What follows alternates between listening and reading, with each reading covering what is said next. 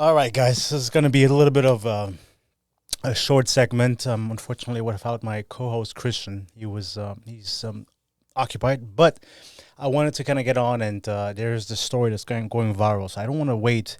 I do want to talk about it, and we actually have somebody calling into the show, which is something we've never done before. We're going to start doing it. If you feel like you have something to share for the podcast for everybody else, give us a call. If you want to be anonymous, not a problem at all. Just DM us, or DM me, DM Chris, DM the podcast. Hey guys, can I call in? I got something to share. Hot take, anything controversial.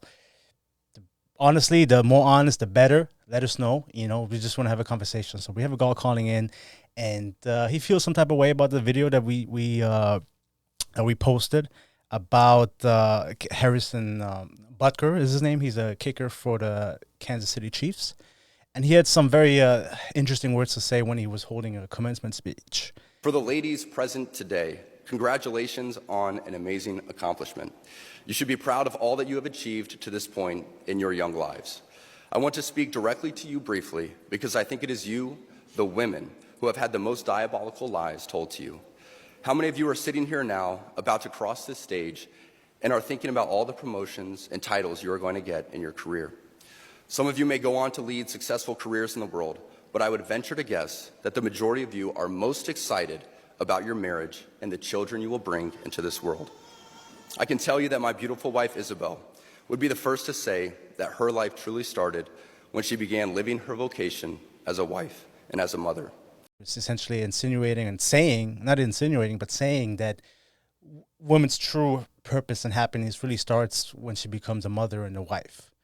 Now, I don't agree with that statement. I think there's so much more to life than just being a mother and being a wife. However, when I posted it, there are some people who do agree, and I think a person who wants to call in, he agrees to a certain extent, I believe. So I'm going to call him now, and we'll hear from him. Bernie. Hello. Hello. Hey, man, what's going on, dude? Hey, what's up, brother? How you doing? I'm good, bro. Can you hear me? Yeah, I can. Can you hear me good too? I can hear you perfect, man. You're on the podcast, Awesome. on the Coffee Breakup. I'm currently in the studio, and we're recording a little segment. By we, it's just me right now. Chris couldn't make it, but I did want to kind of get on a quick call with you and kind of talk about the video that we posted on our page, and I wanted to see your opinion on it. I know you said something about agreeing with the video, so I'm curious to hear your perspective on it. We'd love to have a healthy discussion. Definitely. So my perspective on something like that, is we were brought up, we're all brought up different cultures, different, backgrounds, ethnicities, all that stuff. Right. I was brought up, I'm Brazilian. Okay. So, I was brought up very traditional Brazilian household, all that other good stuff, where Yeah. not in a sense that men are providers, but, it's, the men provide and the women make the house a home. Yeah. With that being said, the way I was brought up and the way I live my day-to-day life is exactly what I said. Us men, we do what we have to keep the roof and keep the house together. Okay. But, it is, I don't want to say it's a woman's job because that sounds a little bit too, I don't want to say sexist, but just very, but it is much easier for a woman to provide and give you a home necessarily than just having a house. And as I spoke to you earlier through messages and stuff, yeah, I had a ex-girlfriend one time where, she started living with me. And for the longest time, I've always lived on my own. Mm-hmm. I've always had, great apartments. It was always, it always felt good. But the moment she started living with me out of our 2-year relationship, it started feeling more and more like a home, day in and day out on coming home, just little things, having flowers, having little decorations, things us men don't necessarily do and set up for, For sure. I get what you're saying.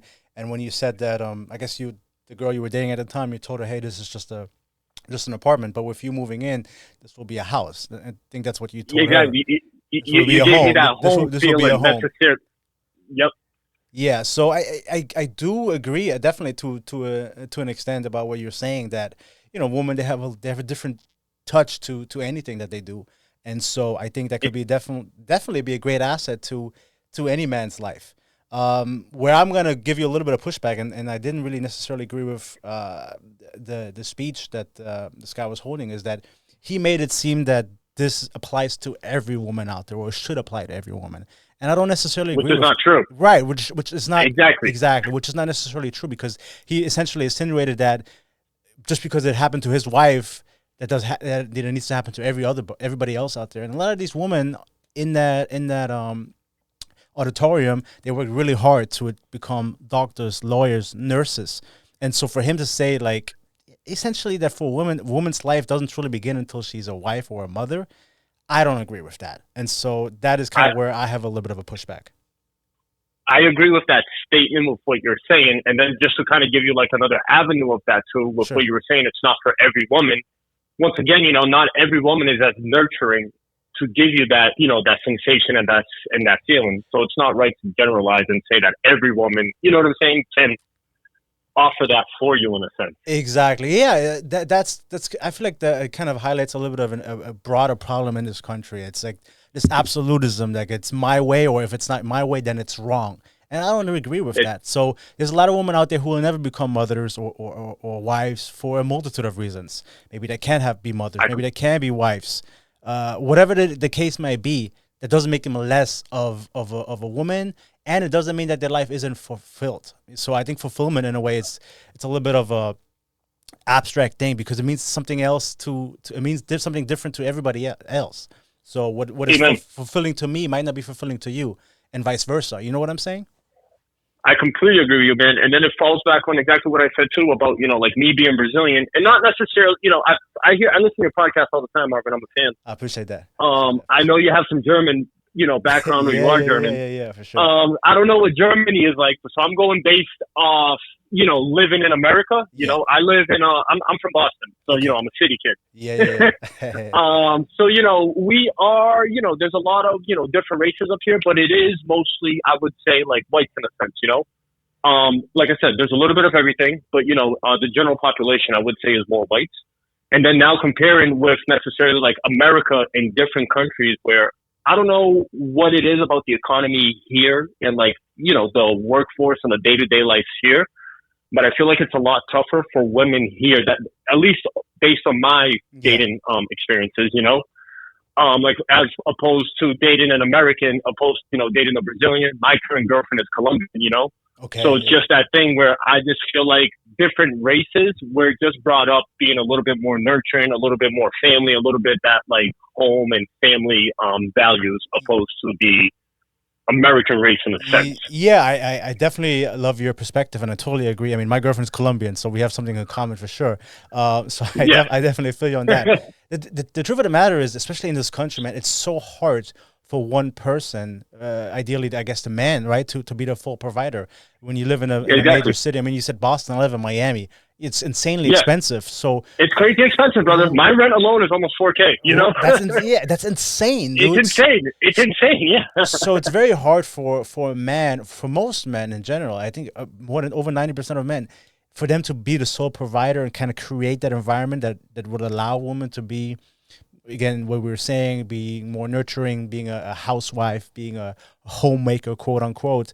Because a lot of the times those women don't have the opportunity, because there were men that unfortunately cannot provide that environment, right? Because it's just unattainable for the common people. Yes.